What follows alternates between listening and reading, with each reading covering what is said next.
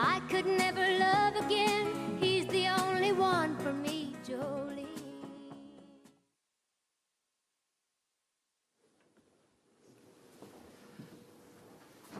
Good evening, ladies and gentlemen. For a conversation with Chuck Robbins of Cisco, I'm delighted to ask you to join me in welcoming back to the Business Roundtable the President of the United States.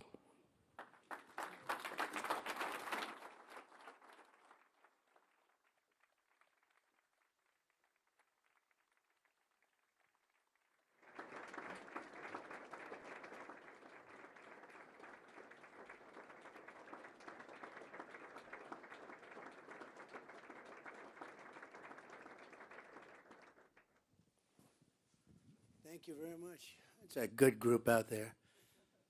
That's a good, don't get better, actually. Thank you very much. Well, Mr. President, thank you for being here. Thank you for coming back to the Business Roundtable. We're very honored that you would agree to accept our invitation in the first BRT meeting after your inauguration. That's true. Actually, that's true. And I have a lot of friends in the audience, a couple that I don't like particularly much, but for the most part, very good.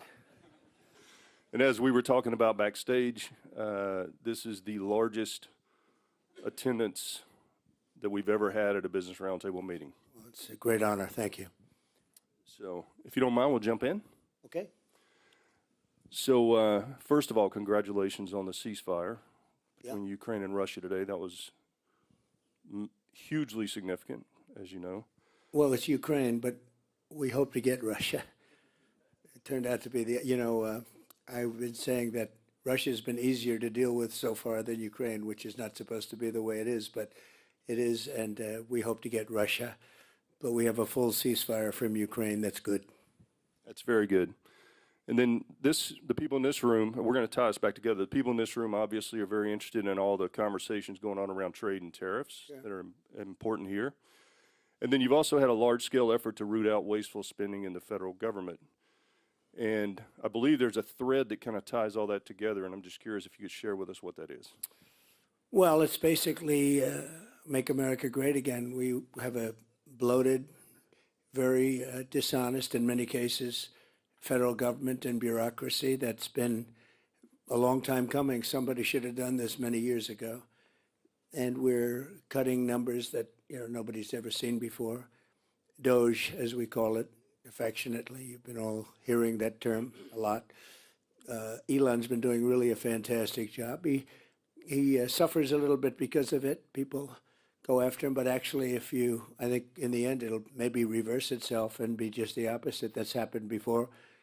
There's people that they tend to go after one group or another, but basically it's the other.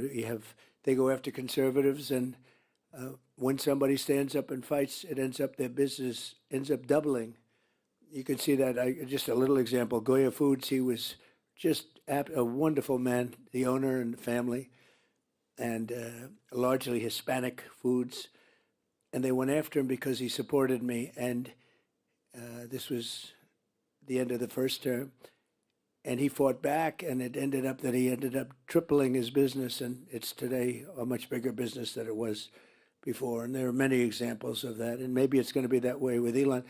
When I saw what was happening with this, the concerted effort by I think they're paid agitators, and when I saw what was happening, I said, I want to buy a Tesla, and we just went to the front. He had 4 beautiful cars there, and I bought one in front of the press. It was a very public purchase.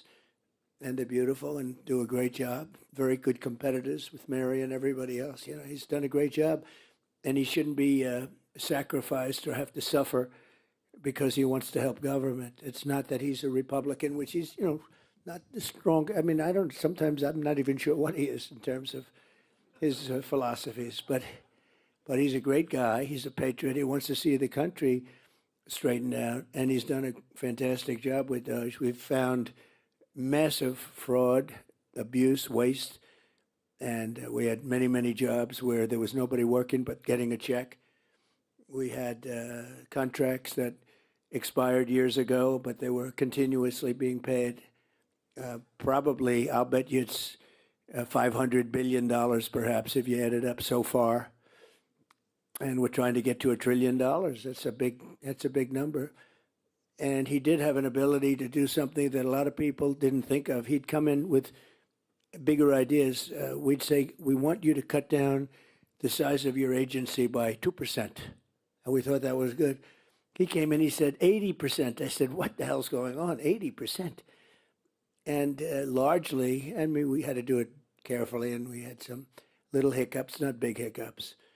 But we saved a tremendous amount of money for the future. This is going into the future. And in some cases, it would be 80, and in some cases, it would be 5% or 2% or 3%, depending on the agency. And you can almost, you're all great professionals, the top, and you can almost look at some of the agencies and see which ones had to be cut and which ones didn't. Also in terms of their importance and in terms of being current. So we saved a tremendous amount of money. And I think, I don't know if it's going to reach $1 trillion, but it's going to reach a lot. And it was an honor to have Michael there yesterday. You got to see a little bit of it. We had a conference. And a lot of investment coming into our country, much more than I've ever seen.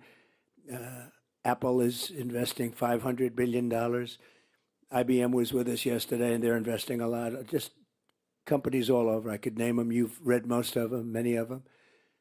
But hundreds of billions of dollars is being invested. That wouldn't have happened if I didn't win the election, number one. And I think, number two, the tariffs are having a tremendously positive impact. They will have, and they are having.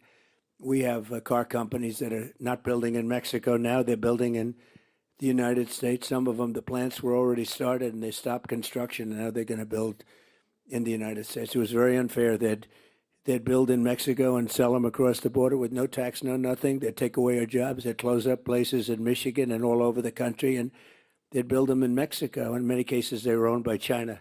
Built in Mexico, owned by China. And that's all stopped now. They're all coming here.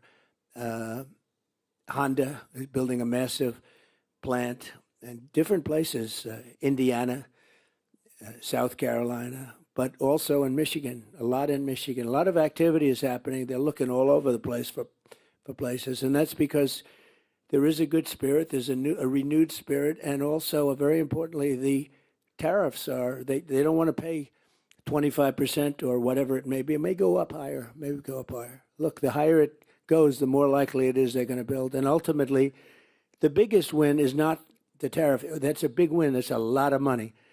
But the biggest win is if they move into our country and produce jobs. That's a bigger win than the tariffs themselves. But the tariffs are going to be throwing off a lot of money to this country. And we've been ripped off for years by other countries, many, many decades. And they were doing the same thing. But I think we'll do it better. And I think we have a bigger advantage because we really are the piggy bank. They weren't. Thank you, Mr. President. You've also mentioned rebuilding the American top priority. And I guess, what's your strategy to lower the overall cost of living, make everyday expenses more